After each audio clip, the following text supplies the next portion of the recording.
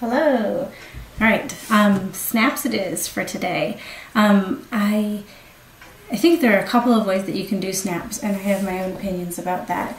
One way that you can do snaps and spend money, extra money, is to buy one of these, and as you can see, it's still in the packaging. I've opened it, tried it, and hated it. And I don't know how much it was. I got it with a half-off coupon, but still, it was too much for what it doesn't do. It's a plier kit, and some people like it. I don't care for it. I've liked it for a couple of things, but this is one little machine you can use that's theoretically supposed to make snaps go on easier, but my way is free and I like it better. I use a hammer. Usually I have a smaller hammer in the sewing room, but somehow I have a giant hammer, so beware snaps. And then you can just get these at Joann's on the Notions wall. I like the pearl snap fasteners because I think they're prettier than the plain, and so there's that. There's 4 different pieces to make one snap. So there's 12 snaps in here. That means there's 48 little pieces in there, and they all have names, and really it doesn't matter what their names are. But here, I'll show them to you. Here's this guy, and he has a hole in the middle and prongs, so he's little prong. And this guy has prongs. There we go. And a pearl on one side, so he's big prong. This guy actually is called a stud, and so we're going to go with that, or snap, because that's the most familiar piece of the snap. And this is going to be called the socket, and for good reason. So anyway, we're going to start with big prong and socket, and I use the hammer, but obviously you can't hammer right on the snap because it's going to scratch it. I use my kids' blocks, and they work great. I told you earlier we need just little squares of fabric. I have 4 1.5-inch squares here. I've got them double layered so that they're more sturdy. If you're snapping or hammering your snaps onto single layers of fabric, you might want to iron some interfacing on just to make it sturdier, because there's going to be a lot of pressure put on the fabric for when you're pulling it apart and putting it back together, and you want it to have some life. So I am just going to make a mark in the middle of my fabric so I can practice my aim, and you can do the same.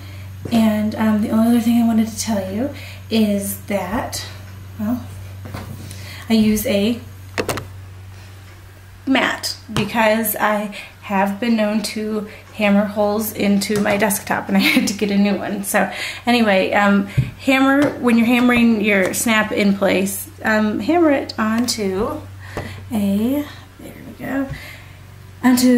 your cutting mat is a great thing, because that's just going to kind of disperse the shock. But don't hammer directly on your tabletop unless you want holes in it, especially if you have cheap tabletops from IKEA, because they will go right through. So anyway, that's what you need. That's what you need to do.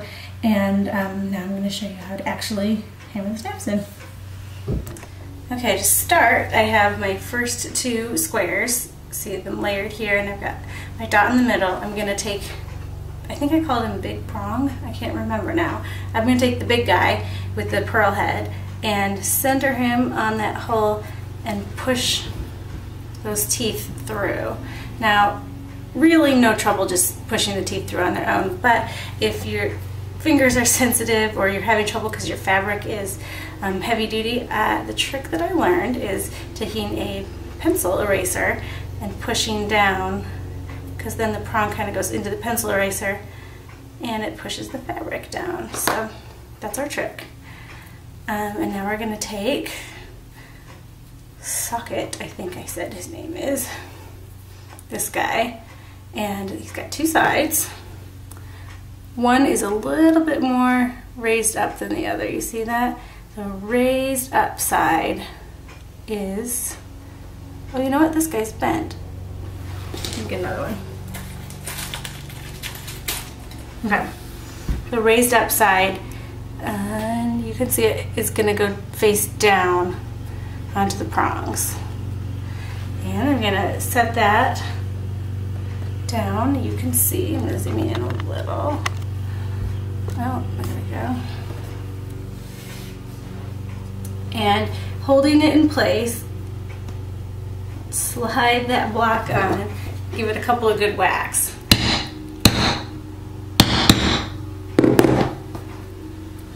And then check it. And it looks like everybody went in right.